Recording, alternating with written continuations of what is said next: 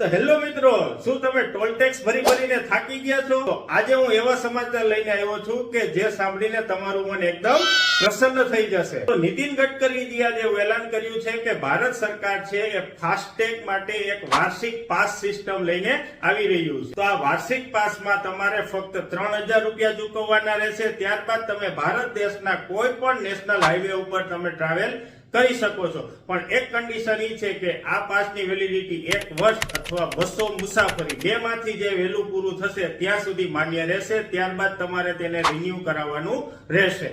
તો આ યોજના કોને લાગુ પડશે? તો કે આ યોજના ખાનગી નોન કોમર્શિયલ વાહનો જેવા કે કાર, જીપ તેના માટે લાગુ પડે છે. જે કોમર્શિયલ વ્હીકલ છે, ટ્રક છે, તેના માટે આ યોજના લાગુ પડશે નહીં.